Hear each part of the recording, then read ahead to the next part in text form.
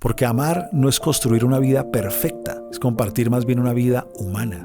Y lo humano es inevitablemente imperfecto. Hay vínculos que no necesitan más orden, no necesitan más cosas, necesitan más humanidad, más pausa, más presencia, más capacidad de habitar lo imperfecto. Porque el amor no crece en la impecabilidad de las cosas, crece en la cercanía. Y para alguien acostumbrado a hacer todo bien, el verdadero reto no es mejorar más, es permitirse ser, sin tener que hacerlo perfecto. Porque cuando uno sostiene todo, el otro ya no necesita sostenerse. Y eso crea dos efectos posibles. O el otro se revela, o el otro se vuelve dependiente. Porque cuando alguien vive desde el hacer todo bien, muchas veces deja poco espacio para el sentir con. ¿Qué tanto nos podemos dejar ser y mostrarnos en nuestras luces, en nuestras sombras, o vivimos con miedo? Solo aquel que puede ser en el mundo sabe la profunda libertad que se experimenta.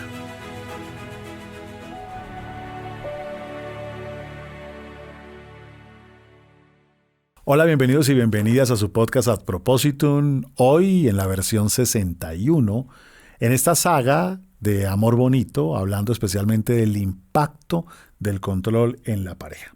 Vamos a pasar a revisar una serie de preguntas y a reflexionar.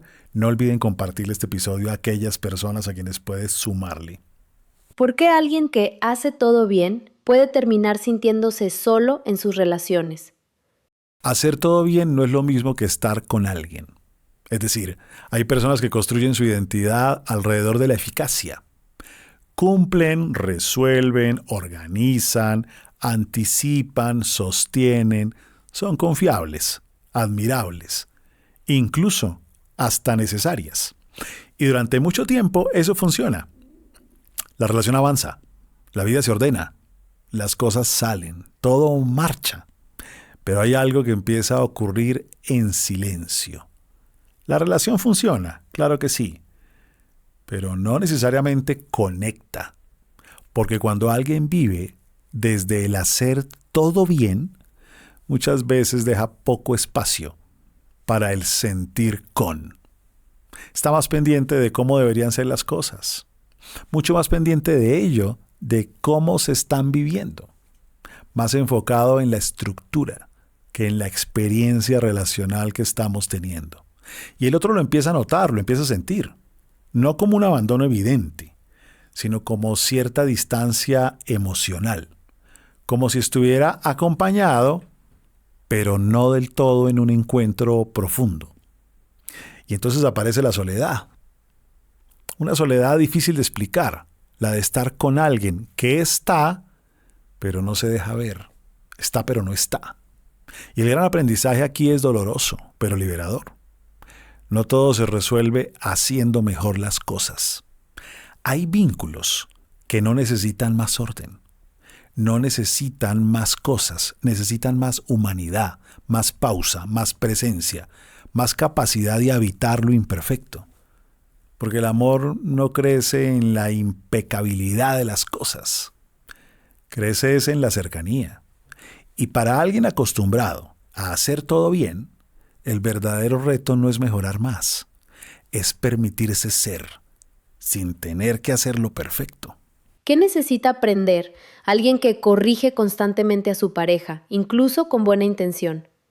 Que la línea entre ayudar e invalidar es mucho más delgada de lo que se cree. Corregir puede parecer amor cuando uno ha aprendido que cuidar se trata de evitar todos los errores. Pero el otro no siempre recibe o percibe el cuidado de esa forma. Muchas veces recibe juicio, y ese juicio no siempre es explícito. No necesita palabras duras. Basta con una frase como, podrías hacerlo mejor. Eso no tiene mucho sentido. Hay una forma más eficiente de hacer las cosas. Y aunque la intención parece ser buena, el impacto es profundo. Porque el otro empieza a dudar de sí mismo. Empieza a pensar antes de hablar.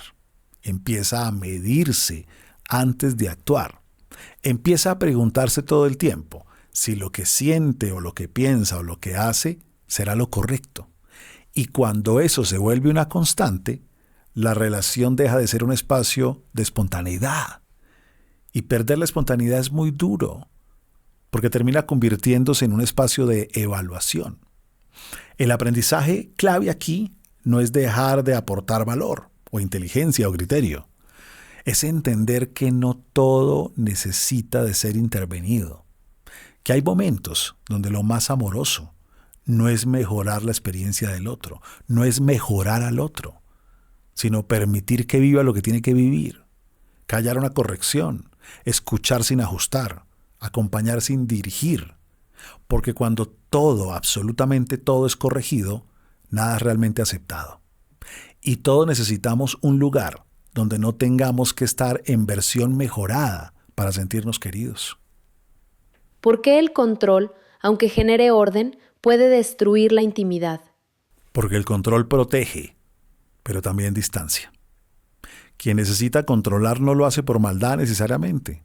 Lo hace porque ha aprendido que el desorden duele, o que es la mejor forma, que el error cuesta, que la incertidumbre es quizás peligrosa. Y entonces, por supuesto, pues organiza, estructura, anticipa riesgos, y eso le da ciertos resultados. La vida podría funcionarle. Las cosas salen. Los problemas quizás se minimicen, pero hay algo que empieza a perderse, y es la vida misma.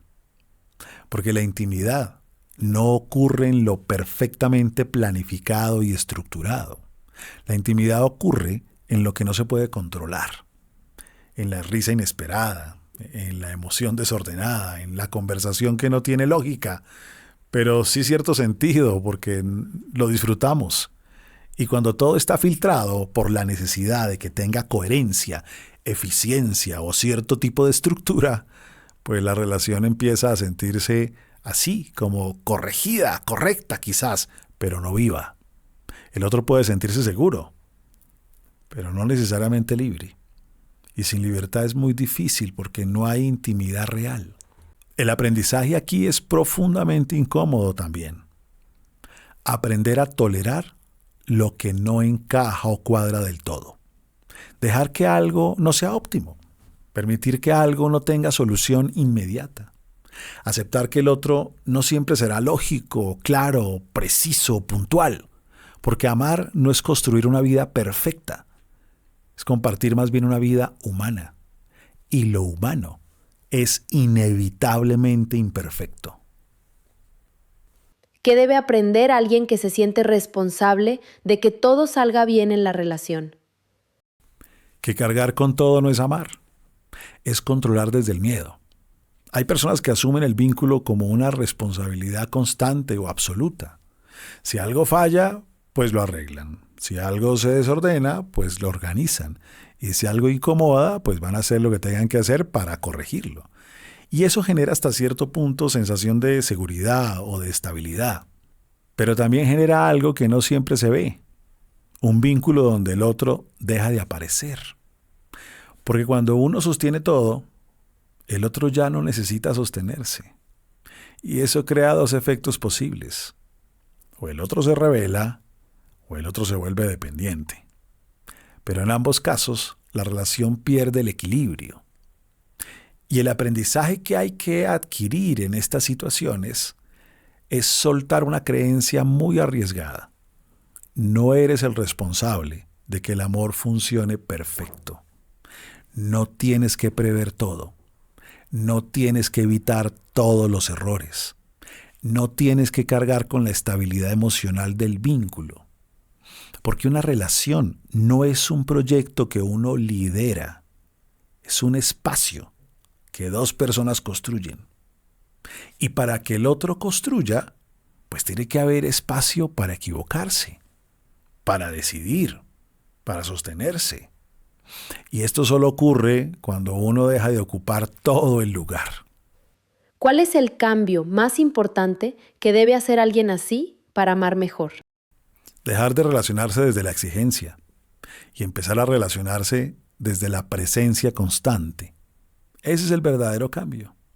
Porque el problema no es la inteligencia, ni la estructura, ni la capacidad de resolver problemas que quizás tenga. El problema es cuando todo eso se vuelve el filtro desde el cual se vive el amor. Cuando todo pasa por esto podría ser mejor, esto no tiene sentido, esto no debería ser así, esto debería haberse hecho distinto. Ahí el vínculo deja de ser un lugar de descanso y se convierte en un lugar de desempeño. Y nadie puede amar profundamente en un lugar donde siente que tiene que rendir todo el tiempo para dar la talla. El cambio implica integrar algo que suele ser complejo, la suavidad. No como debilidad, como humanidad. Poder estar con alguien sin evaluarlo constantemente. Poder escucharlo sin necesidad de corregirle todo el tiempo. Poder compartir sin tener que optimizarle. Y lo más importante, poder hacer eso con uno mismo. Porque muchas veces, quien más exige afuera es quien menos se permite adentro. Y mientras esa exigencia interna no se transforme, el amor seguirá siendo un espacio donde hay que hacerlo bien y no un espacio donde se pueda simplemente ser. Si te reconoces en esto, no hay nada malo en ti, pero sí hay algo muy importante que necesita ampliarse. Tu capacidad de ordenar, sostener y resolver es valiosa, pero no es suficiente para amar bien realmente. El amor necesita algo que no se puede controlar: presencia, aceptación y la capacidad de dejar que el otro exista sin convertirlo en un proyecto de optimización. Porque al final, amar no es hacer todo perfecto.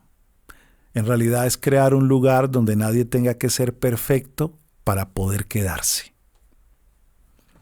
Bien, muchas gracias por acompañarme nuevamente en este episodio de Ad Propositum. No olviden suscribirse y compartirlo con las personas a quienes les pueda convenir. Nos vemos en una semana.